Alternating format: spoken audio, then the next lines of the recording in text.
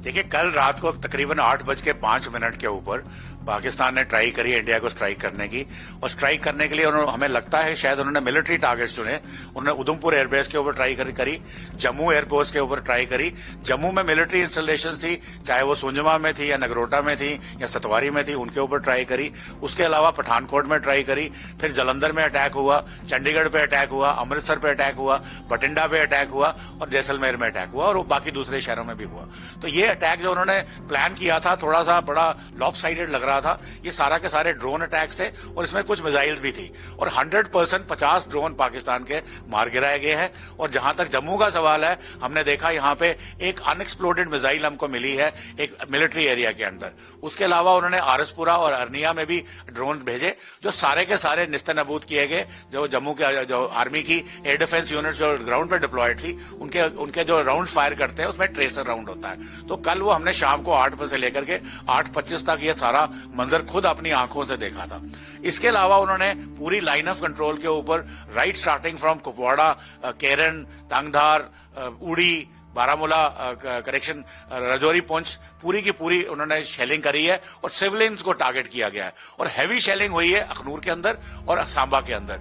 और सांबा के अंदर हमें बताया जा रहा है कि वहां पे उन्होंने 3-4 मिलिटेंट्स को भी 8 मिलिटेंट्स को भी इन्फिल्ट्रेट कराने की कोशिश की है। जो समझ में नहीं आ रही कि अगर उनको पाकिस्तान के साथ, अगर पाकिस्तान को भारत पे अटैक करना है तो वो किस किस्म का अटैक कर रहे हैं? क्या इन्फिल्ट्रेशन करवाना चाहते हैं, या वो भारत की इंस्टॉलेशन के ऊपर डायरेक्ट अटैक करना चाहते हैं? तो ये मुझे कंफ्यूज से लग रहे हैं। परंतु नतीजा ये है कि हमने उनका मुंह तोड़ जवाब दिया है। उनके जो हवाई हमले ड्रोन और मिसाइल के थे वो सारे के सारे नाकाम कर दिए गए हैं, और जो उन्होंने सिविलियंस के ऊपर शेलिंग करी थी कल उनको करने की, उसका मुंह तोड़ जवाब दिया गया है भारत की आर्टिलरी द्वारा और पिनाका जैसे सिस्टम्स के द्वारा। और विश्वस्त सूत्रों से पता चला है कि पाकिस्तान की कम से कम 4 या 5 गन पोजीशंस डिस्ट्रॉयड है और उनकी बहुत सारी फॉरवर्ड पोस्ट भी डिस्ट्रॉयड है। और कल आपने देखा डीजी आईएसपीआर, जो एक लेफ्टिनेंट जनरल रैंक के ऑफिसर हैं, जो आईएसआई के बराबर माने जाते हैं, उन्होंने प्रेस ब्रीफिंग में बोला कि हम बड़ा ह्यूमिलिटी से स्वीकार करते हैं कि हमारे 2 JF-17 डाउन किए गए हैं।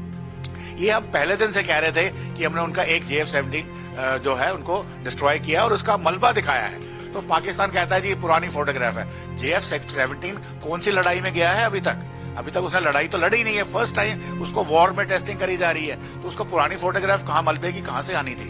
तो ये एक बात थी। और उन्होंने DGISPR ने बड़े ही ह्यूमिलिटी से बोला है कि हम humility, transparency, world peace, regional stability, ये बड़े बड़े भारी भरकम शब्दों का प्रयोग करते हुए कहा है कि हमारे 2 JF-17 जो है वो भारत ने मार गिराए हैं। तो मैं भी ह्यूमिलिटी से बता रहा हूं as a ex officer of the Indian arm forces. मेरा भी मुंह बंद था। एक्चुअली 2 नहीं है, 5 हैं जो वो मानने को तैयार नहीं है। तो अभी भी वो जो ह्यूमिलिटी दिखा रहे हैं, ट्रांसपेरेंसी दिखा रहे हैं, उसमें भी धोखा है। तो ये भारत ने की बहुत बड़ी कामयाबी है।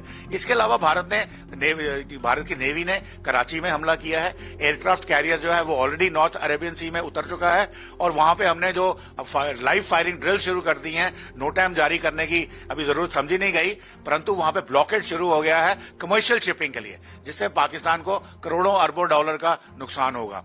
उसके अलावा हमने हिट किया है पेशावर को, और हमने हिट किया है रावलपिंडी को, और वहां पे कोई भी सिविलियन टारगेट को हिट नहीं किया गया है। और अभी पेशावर और रावलपिंडी में क्या क्या टारगेट्स हिट हुए हैं, वहां पे क्या नुकसान हुआ है, उसकी कोई आधिकारिक सूचना हमारे पास आई नहीं है। और हम जैसे ही 10 बजे आज ब्रीफिंग होगी, फिर CCS की मीटिंग होगी, और हमें बताया जा रहा है कि राजनाथ सिंह जी जो हमारे डिफेंस मिनिस्टर हैं, उन्होंने ऑलरेडी CDS को और सर्विस चीफ्स को बुला के अपना वो मंत्रणा कर रहे हैं कि इसके बाद अब जो पाकिस्तान ने कल रात को हमारे पे किया है, भारत का रिस्पॉन्स क्या होना चाहिए।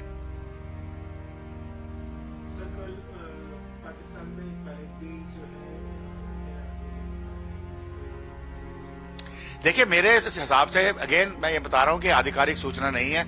एक नहीं 2 पकड़े गए हैं। इसके अलावा उन्होंने हमारा एक BSF का जवान पकड़ा था कुछ दिन पहले, तो हमने उनका जैसलमेर एक BSF का जवान भी पकड़ा है। अब इन जो आदमी पकड़े गए हैं, इनके ऊपर अभी आधिकारिक तौर से कोई सूचना नहीं है, कोई भी नेगोशिएशन स्टार्ट नहीं हुई है, किसी ने बात नहीं करी है। तो अगर वो हमने उनको पकड़ा है तो उसको हम युद्धबंदी के तौर पर ट्रीट करेंगे। जिनेवा कन्वेंशन के हिसाब से जो भी युद्धबंदियों की ट्रीटमेंट होती है, उसी तरीके से उनको भी ट्रीट किया जाएगा।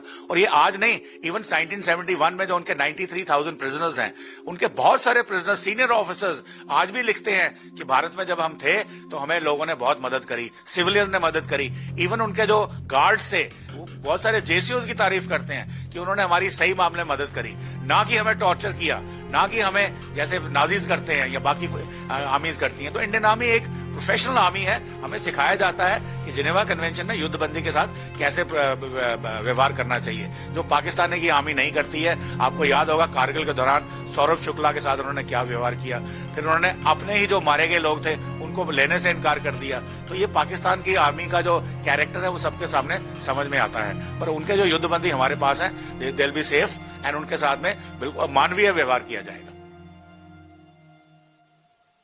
अगर आप ये वीडियो YouTube पर देख रहे हैं तो हमारे चैनल को सब्सक्राइब करें और बेल आइकन को दबाना ना भूलें। अगर आप Facebook पर ये वीडियो देख रहे हैं तो हमारे पेज को लाइक करें।